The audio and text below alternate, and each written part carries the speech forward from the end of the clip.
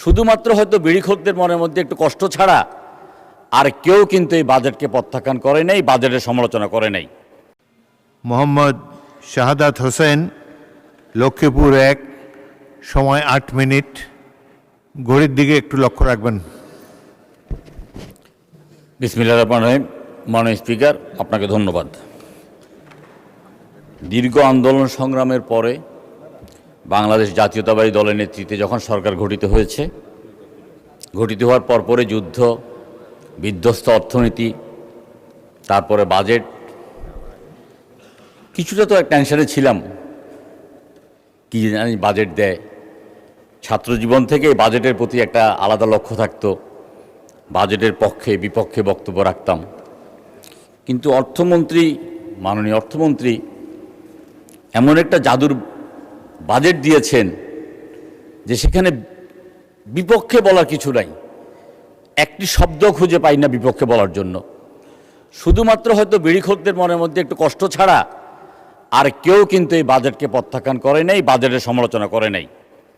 একটা বাজেট দেওয়ার পরে আমরা দেখি যে প্রতিনিয়ত প্রেস ক্লাবে প্রতিদিন 1টা 2টা 3টা 4টা সাংবাদিক সম্মেলন করে বিভিন্ন পেশাজীবীরা, বিভিন্ন বাণিজ্যিক প্রতিষ্ঠান, পত্রপত্রিকা বিশাল বিজ্ঞাপন দেয় বাজেটের অসঙ্গতি নিয়ে।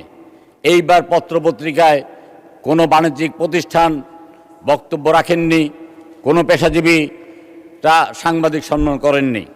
অত্যন্ত চমৎকার একটা বাজেট দিয়েছেন। এই বাজেটের বিরুদ্ধে বক্তব্য কি? এটা স্বপ্নবাজের বাজেট, এটা স্বপ্নের বাজেট। এটা তো স্বপ্নের বাজেট হবে।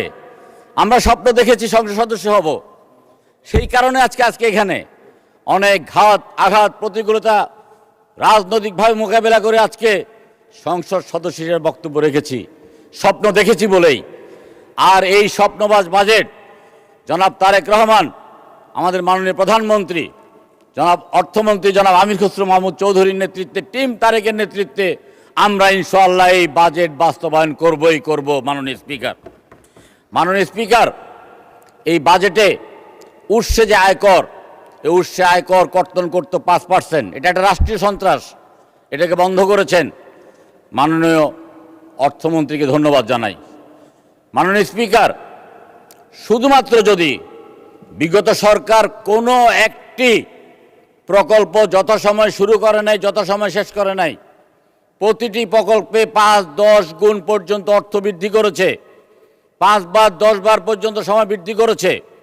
শুধুমাত্র যদি প্রকল্প প্রণয়নে বাজেটটা ঠিক রাখে, ওই পর্দা এবং বালিশের কেলেঙ্কারি না করে এবং যথাসময়ে যদি আপনার প্রকল্প বাস্তবায়ন হয়, তাহলে এই বাজেট বাস্তবায়ন করা অসম্ভব কোনো কিছু নয়। মাননীয় স্পিকার, আমাদের মাননীয় প্রধানমন্ত্রী অত্যন্ত